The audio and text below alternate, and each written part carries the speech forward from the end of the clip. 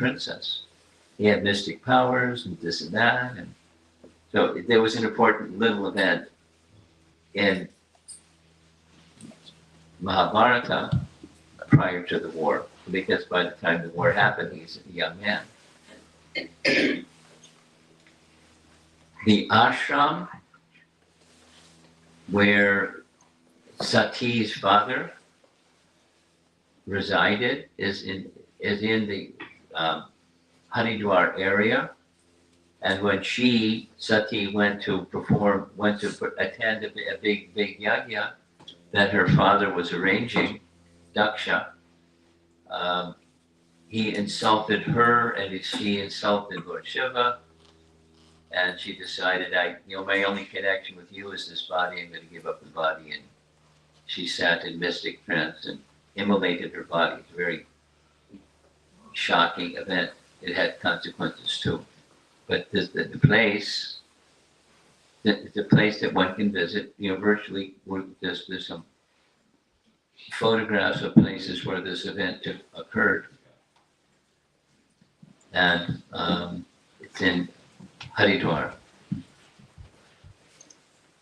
Long ago, the painting is Santanu, who is meeting his son, Bhishma, because Bhishma and Ganga were the father and mother of Bhishma Dev. Santanu and Ganga were the father and mother of Bhishma Dev. And after the departure of his father, he went to Haridwar to perform his Shraddha ceremony for his departed father. And there's a nice place by the banks of the Ganges. Another very nice place to visit, a nice understanding of the importance of Haridwar. When Vidura was on pilgrimage, one of the places he went was, and there's like 7 chapters in the Bhagavatam, discussion between Vidura and it took place in Haridwar, a place called Kushavarta. Kushavarta is an interesting place. Just from a mountainside, the Godavari River is gushing out of the side of a mountain and flows down and down and down and down and down. Interesting place. An important place. In Haridwar is the place where Vidura, after Vidura heard from Maitreya, he returned back to Hastinapur. And when he returned back to Hastinapur, he, in a private place, he gave some advice, you could say. He gave instructions. He was really strong with Dhritarashtra about how he had behaved and how he was contaminated by so many simple activities, and he must purify himself. He's blind, so how can he go to Haridwar? He went, according to Mahabharata, he went with Sanjaya, because Sanjaya was the eyes, and Dhritarashtra was blind. And according to Mahabharata, Kunti were the eyes for Draupadi, yes. So they were there, according to Mahabharata. They were in this Haridwar area for 15 years, undergoing austerities. One fatal day, there was a big forest fire. The long description. Sanjaya saw the fire, and he asked for instructions from Dhritarashtra what to do. And Dhritarashtra said, leave immediately. He said, but you're blind, and how can I leave? He said, we're here for this purpose of giving up our body at the time. You don't have to stay. I'm instructing you, leave immediately. So Sanjaya left. But Gandhari and Dhritarashtra and Kunti all died in the fire. And there's a long description of how that happened. The Bhagavatam speaks differently, as you see in this painting, the BBD painting. He, according to the Bhagavatam, he was a very powerful person, and he underwent such Ashtanga yoga to such a degree that through Ashtanga yoga, he was able to ignite his body in a burst of flames, and his body was a pile of ashes, and Gandhari entered into the funeral pyre. Not so well known, but a very important part of the Ajamila story is after the Vishnu Duta stopped and gave them a swing. The Yamadutas went to Yamaraj and asked, what was that? Etc. And Ajamila Dutas, but they didn't stick around, they just departed. Because he's now received transcendental knowledge, now he has to do something with it. Pretty startling experience. And what he did next is, the description is, he immediately left his home. His home means that the prostitute with whom he was living and all of his children, he just left. And when he left, he went to Haridwar.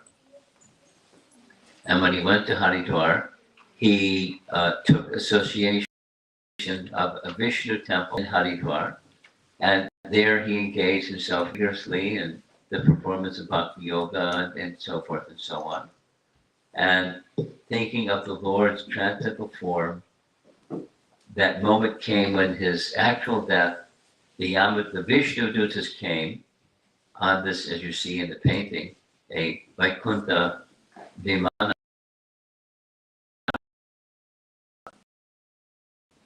They invited him to get on the Vimana. His body, Vaikuntha resident form, and off the Vimana went back to the spiritual world.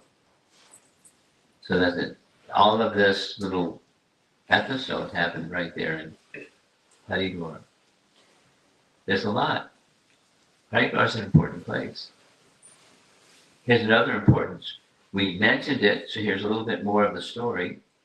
Bharat Maharaj engaged in his activities of worshiping Surya Narayan in a place along the Gandaki River in Haridwar, a place called Pulaha Ashram.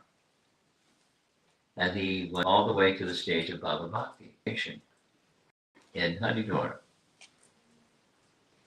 Then there's another reference that we mentioned. There's this whole situation with Jayadratha. Of course, this is a Mahabharata special. But as many of you know, the grandson of Arjuna, the grandson of Krishna, Abhimanyu, was the son of whom? Arjuna. One.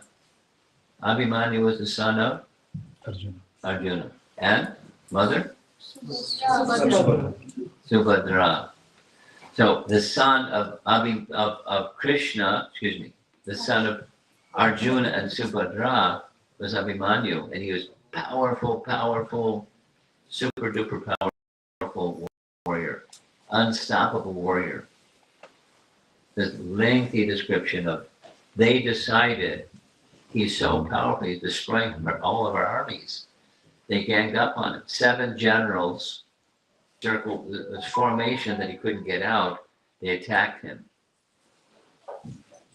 And the attack was made in such a way that the Pandavas couldn't enter to protect him. The reason is Jayadratha had received a benediction. Jayadratha had received a benediction. Who's Jayadratha, anyways? Wait. Well, I'm going to give the answer. There were how many sons of Dhritarashtra? 100 sons. And he also had one daughter, Dushala. So you know the whole story. Yeah. So Jayadratha married Dushala. But on the very day that Jayadratha was on the wedding carriage on his way back from his wedding to Dushala. He saw Draupadi along the road. And he got off this wedding chariot and, tried to kidnap her, accost her. He wasn't a very civilized man. And so when Draupadi informed the Pandavas what happened, especially she informed Bhima, Bhima was going to smash him and had him on the ground and was with a club raised, ready to pulverize him. Yudhishthira stopped. He said, he's from a royal family. You can't do this. So the punishment was, as you see in the painting, he had his head shaved except for 5 little sticks of hair coming out. Wasn't a secret either. And so he felt humiliated. And they laughed at him. That's what the painting is showing. Jayadratha was angry. And he decided to take revenge. And his plan for revenge was he went to Haridwar, engaged Asya with the plan of pleasing Lord Shiva. Notice in the painting he doesn't have any hair, but here in the next painting he's got hair and a beard. And Lord Shiva came because he did austerity for a long time. And Lord Shiva appeared. And he, what would you like? So Jayadratha's request was 2. He wanted, of course, to be able to defeat the Pandavas, and that was his get back wish. And Lord Shiva said no. He said, I can't, Krishna always the favor of Krishna, so it can't be done. Once, and once only, you can hold back the Pandavas, except Arjuna. So that happened. They held back the Pandavas when the grandson, Arjuna's grandson, son,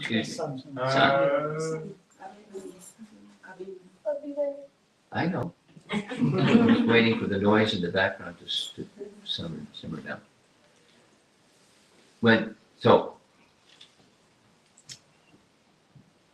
Jayadratha held back the Pandavas, so they couldn't enter, and Abhimanyu was killed. And at the end of that day, when Arjuna came to find out what Jayadratha did, he took a vow, the vow, I'll kill Jayadratha or I'll give up my life, entering into fire. There was another drama in the history of the Mahabharata war, the Kurukshetra war. And he wanted a second benediction. Anyone who made Jayadratha's head fall on the ground would have his own head broken into 7 pieces. So that happened to his father by Krishna's arrangement. He protected Arjuna from that death or mishap. So that's just the Jayadratha doing his austerities in Haridwar. One of the places is the Kumbh Mela, where it takes place at this particular ghat, in cycles of time. Kumbh Mela takes place at different locations. And here is a little detail when is the most auspicious time to bathe in the Ganga at this auspicious place. And then the special place is these particular days. So Kumbh Mela. Here's the other places where bathing are especially important. The third in this list, Kankal, that's where Father Daksha had his ashram, where he did the Daksha Yagya, etc. That's the place, Kankal. And we mentioned some of these other places already. So one of them, Hari Ki Prairie Ghat. So there's a number of ghats along Ganges and Haridwar. This is one of them. The one who visits this place, there's a temple that has the markings of the feet of Lord Vishnu or Lord Hari. And here's the temple. And here's what it looked like inside the temple. Mother Ganges, the arti every day at 6 a.m. is where they have the arti. You can see there's a lot of people participating.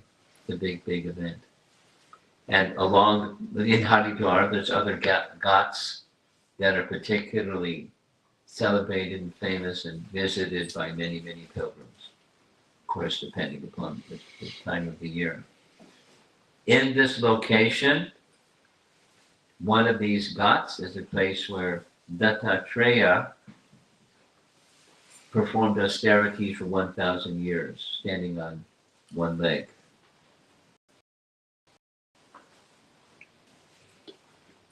Another place in Haridwar is the capital of Daksha, where Kankal, where Sati immolated herself.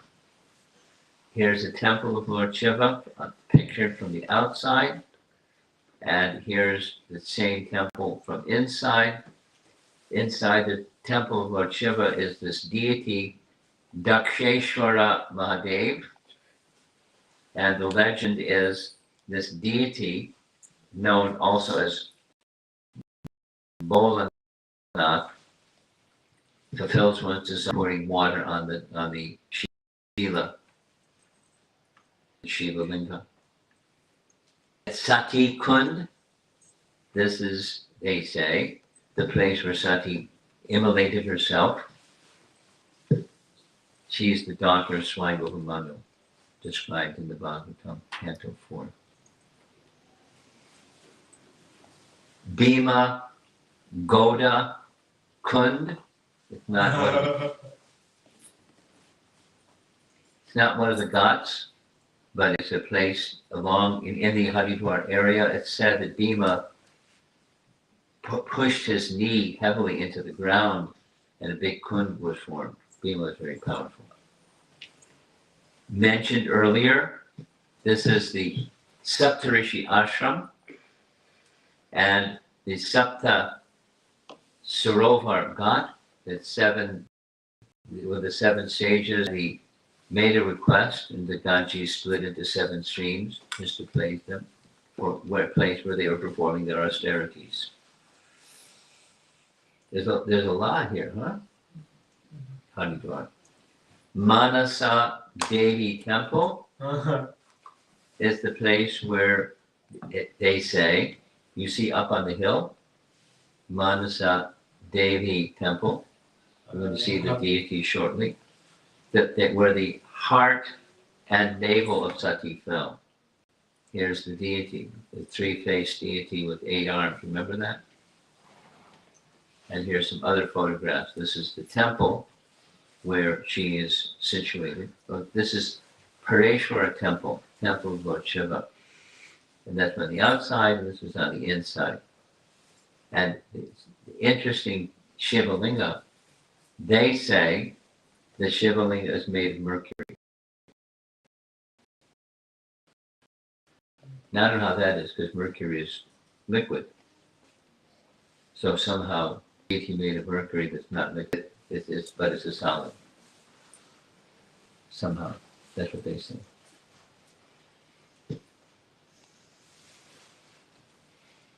Now, just to review, because this is the final slide for this evening. In the course of 14 classes, how many people come to, so you're all invited. If you don't come, you can see it virtually. If you don't see it virtually, then you can see the YouTube recordings if you like. You know, all these different.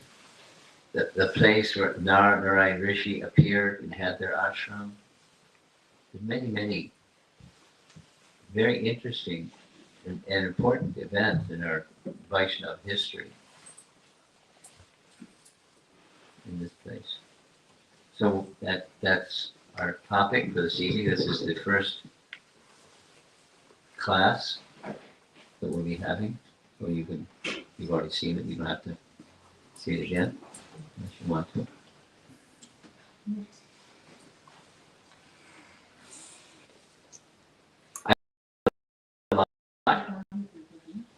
The details, and then there's some details behind those details and behind those details. And then there's different scriptural references describing these details. You know, how Narayan appeared, where they appeared, and circumstances, and what they did. Anyway,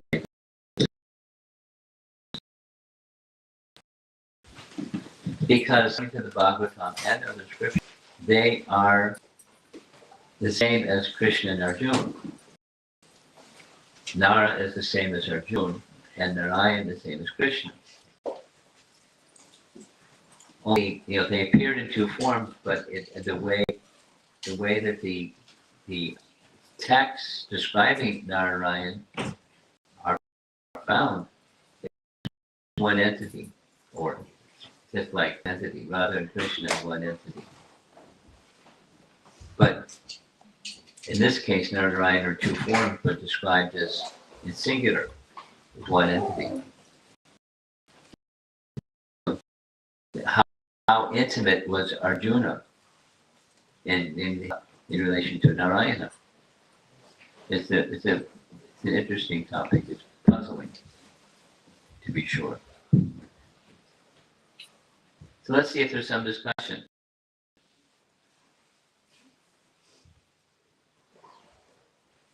A little different topic than our normal Bhagavad Gita class. Hare Krishna Maharaj. Yeah. Thank you so much. It was very Haridwar Dham. Haridwar Dham ki jai. For Narayan Rishi, I was thinking about soul and super soul. If that context is still valid with the Narayan Rishi, like soul as a Arjuna, everyone is a soul. And super soul is Paramatma. Can we take as a soul and super soul as a Narayan Rishi also? Can we consider that? No. Because we're not Arjuna. and there are different messages at different times. One can say same tattva. Yeah. That you can say. Yeah. But you know, the jiva is not Arjuna. Nara indicates human. Nara indicates human, and Ayana is the shelter of all humans, of all souls. So it's a bit of a stretch. They have to edit that language to be yes, because otherwise, the way you phrase the question, the answer is no. As this, so that. So you can make that kind of comparison.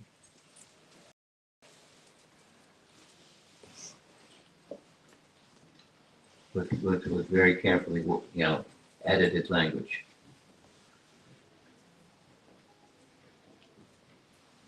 Anyone else?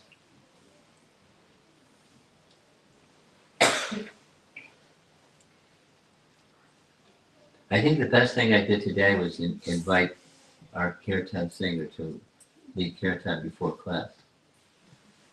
I think that's the best thing I did today. Very nice kirtan. And everyone was absorbed. Everyone was absorbed. Nice. Okay, yes. Hare Krishna Maharaj. Every day we chant Hare Krishna Mahamantra, but it's very difficult to be in attentive chanting. Very difficult to do what? it is inattentive chanting. That's easy. That is. Inattentive chanting is easy. Could you share how can I improve my chanting? How can you improve your chanting? Sure, come to our japa retreats. In Chicago, we have one every year. You know that? You know about it? 4th of July holiday. Every year. I'll say some things, but you participate with those that are super focused and that help you improve the quality.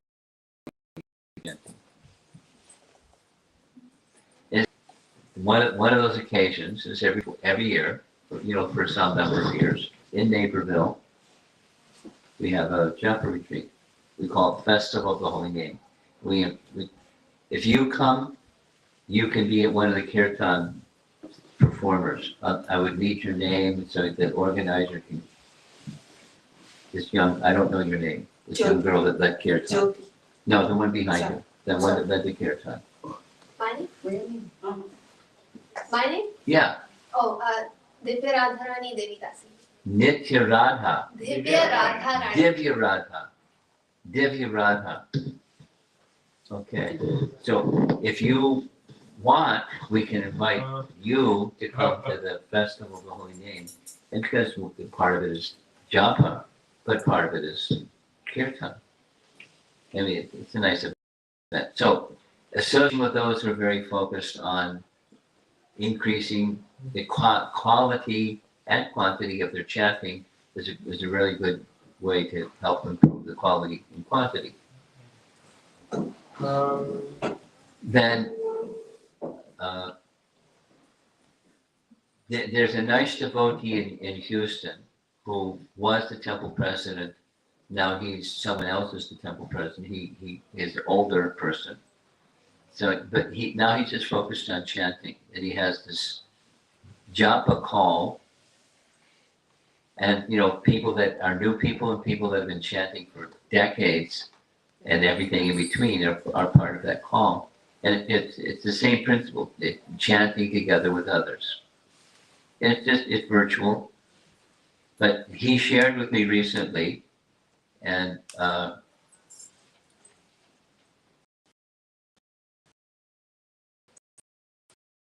Shall send me a little message, and I'll send you that. But he chants, hundreds of rounds daily. He's really an amazing person. So, not every day, but on Ekadasis and festival days, appearance days, things like that. He's very immersed in chanting. He's retired and that's his thing, is chanting. So he sent me an image that he puts on his, what he calls his table. It's a really simple picture, but the message is Krishna when chanting. So the image, it's not super fancy art, but it's simple.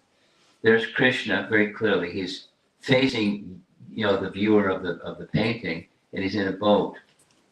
And the person in front of him has his back to the viewer of that painting. That's us, looking at Krishna, and then a boat. And the boat is in a body of water, a lake or something. And the text says, "Be present, and I will always be with you." Something like that. So Krishna is there in his name, but we're distracted. So the quality isn't. We're not experiencing that. We're not experiencing that. But by presence with Krishna and by presence with his name, it's a very simple principle. And I get it. So I'll send that around. And one other thing that I find is super important in anything, starting with chanting, and that is a sense of purpose. Why? Why is it important to you?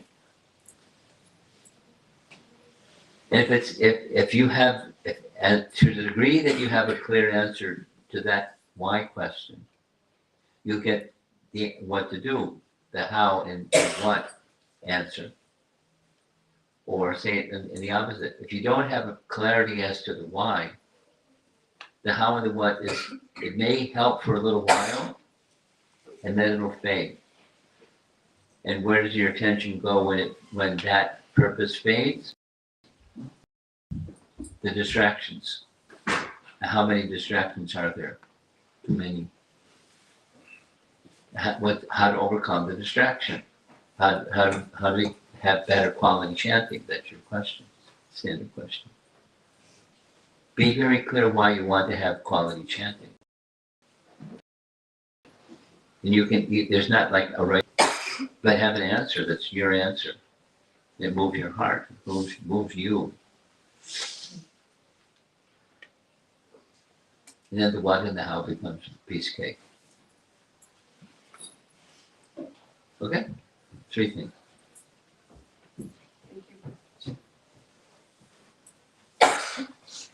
Anyone else? Okay. Srila Prabhupada ki jai.